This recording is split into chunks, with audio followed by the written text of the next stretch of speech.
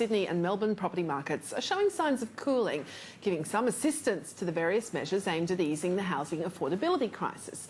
But our next guest wonders whether we really want property to be more affordable. Michael Yardney from Metropole Property Investment Strategists joins us now from Melbourne. Michael, it's always great to get your thoughts and particularly on what the market's doing, what you think. And it's a really interesting question that you do pose.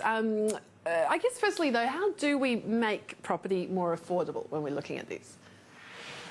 Hi, well, let's first of all talk about what is happening in the market, and there's no doubt the markets are cooling.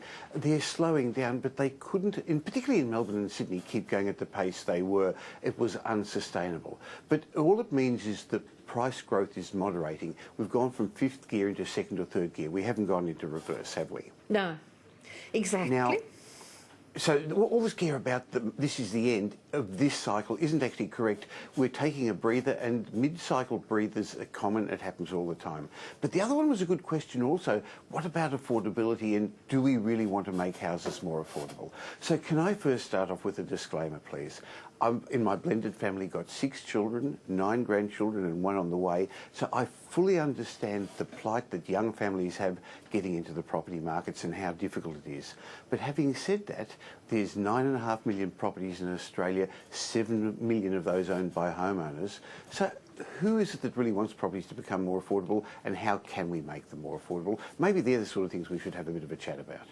I know, because there are two sides to every coin, Michael, aren't there? There's the seller and the buyer, and it's pretty good for the buyer at this point in time. So tell us, how is it going for first home buyers then?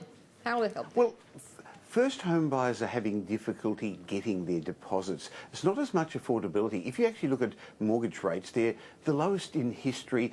Most people ever remember interest rates as low as they are at the moment. The challenge, though, is that banks are requiring more deposit than they used to before, and so it's often hard, especially when you're paying rent, to get that 10, and usually now it's 20% deposit. So how can you make houses more affordable? One way is to give people more money, give them first homeowner grants or increase wages. But interestingly, that doesn't make houses more affordable in the long term or even in the medium term. What it does is people buy properties and the property values go up. Yeah. Or the other way, of course, is to make those 9.7 million properties in Australia drop in value. And no one wants that. There's 7 million homeowners in Australia. We don't want our houses to go down in value. So it's actually a difficult task the government's got. So who, I guess then when you're looking at this, people who want housing to be more affordable, they only want it to be affordable for a short time, then they want it to keep going back up again once they've bought in. Is that what you're saying? Exactly right. So who wants it? Firstly, first home buyers who are having difficulty getting in, and I understand that, but maybe they've got to change their expectation. But the other group are people who feel they've missed out, particularly in Melbourne and Sydney, when you read in the papers every week how house prices have gone up. But both those groups of people don't want them to keep going down in value. They don't want them to be affordable forever. They're hoping, I guess, that when they get into the property market, that values go up again. People who have missed out, so to speak, who couldn't get into this cycle, and I know them by name, I swear, are jealous of the fact they didn't get in, they didn't have a property, they haven't made $5 million profit. These are the ones who are saying, oh, the market's going to crash. Do you think that that's really, it's just a sign of jealousy? Okay, let's talk about what could make the market crash, because a crash is different from a correction, and we are going to have a correction. We always have corrections, and if you look back at what happened in 2010-11 when interest rates went up a bit, if you look at the global financial crisis, if you look back even further, and I've been involved in property for over 40 years now, if you look back in the early 2000s, 2002-03 when the market slowed down, the global, the drop in the early 90s, the recession we had to have, good properties, well-located capital city properties dropped 7, 8, 9%, sometimes even 10%. But if you think about Melbourne and Sydney, that only takes us back to the beginning of last year, in fact, even the middle of last year. So the market will correct. But what could cause it to crash? And a crash that the overseas pundits are talking about, that the doomsayers, the property pessimists are talking about, that would only come if people had to sell their home and couldn't get somebody to buy them, and that means property prices will plummet. So do you technically define a crash as what, more than 10% or as 20%? Okay. A crash actually is, if you look at the wave of the property cycle, if the property values drop below they were at the last low. So they go up a bit, they drop a bit, and then they go up a bit, but they never seem to drop lower than the last low. And so it's not an exact percentage. It really has to do with where we are in the long ongoing upward trend. And that's what an investor, and in fact homeowners, should look at as well. Understand in the long term, well-located properties go up, and you just got to be able to ride the ups and downs. So what do you think would cause the market to have this overcorrection stroke crash? Sure. Well, as long as I've been around, people have been predicting it. What could cause it, as I said, is people who can't hold on to their homes. Now, when we've had difficult times in the past, investors sell up, but home buyers hang on. They'd rather eat dog food than give up their homes. They take longer mortgages. They get a second job. But if they had to get out, it would be because interest rates are so high that they couldn't keep up their mortgage payments. That's not on the horizon.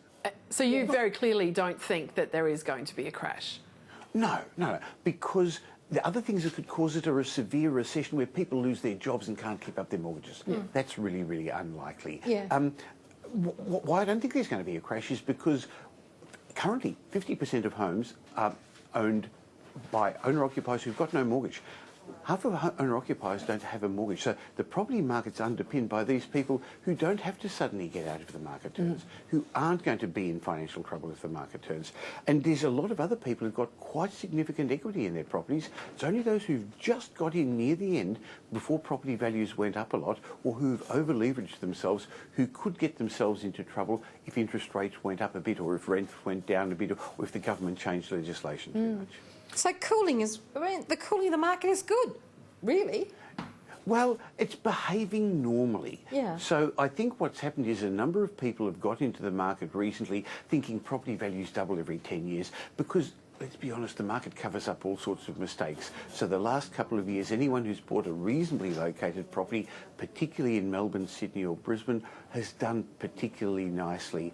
And it's the old story that Warren Buffett said, a rising tide lifts all ships, but when the tide goes out, you're going to see who's swimming naked. A few people will get caught in the next little while, as happens every downturn.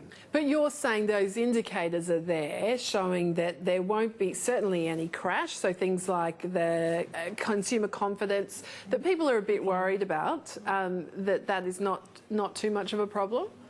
Well, let's have a look at what's going to sustain the market. First of all, we've got a rising population. Melbourne's population is growing at 2.4% per annum. Sydney's 1.7, 1.8. Brisbane's 1.5.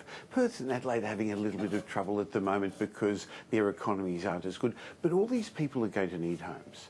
Number two, we've got a very sound banking system. What caused the crashes overseas in Europe and in America was the banking system where they actually didn't have responsible lending.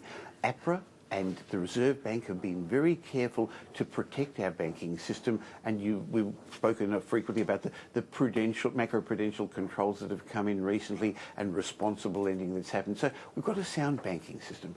We've got I'm almost scared to say the politically sound, political system as well, but maybe people could argue about that. But we are still our economy is the envy of every other developed nation. We're slowing down a bit, we're not growing as much, but we're doing okay.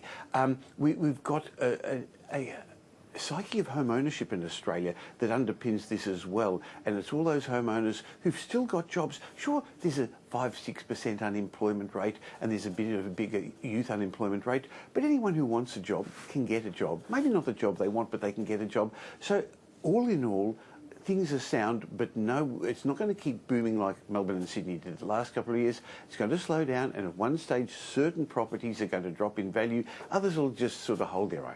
But what do you say, though, to those first-home buyers who say, property seems unaffordable because to get the deposit together for the way prices have moved in certain parts seems also almost insurmountable? What do you say to them who would feel very keenly that housing is unaffordable? Okay. first step is to have realistic expectations. If you lived in London, if you lived in New York, if you lived in other global cities, you wouldn't expect to buy a home in your 20s. You may not even expect to buy an apartment. A lot of people currently are expecting to move into their first home that'll be very similar to what it took their parents 20, 30 years to be able to achieve. Yeah. So number one, have more realistic expectations. Number two is actually learn to spend less than you earn, save it and get a deposit. You've actually got to learn to delay gratification. And I started off in a small apartment, and I know a lot of my friends did as well, and you took on that mortgage and you wondered how you were going to get there. So it's not easy, and I'm sympathetic to that, but there are going to have some sacrifices to make. The other thing is, if you want to get into the property market, you can always rent in the areas where you want to live but can't afford to, and invest, the concept of rent vesting. And the other thing, and I hope my kids aren't listening at the moment, is you can go to the bank of mum and dad and see if they can help you. Oh no, stop. We'll have to leave you at that point. This bank's closed. Thank you so much, Michael. Always great to get your insights. Really appreciate that. My pleasure. He's great.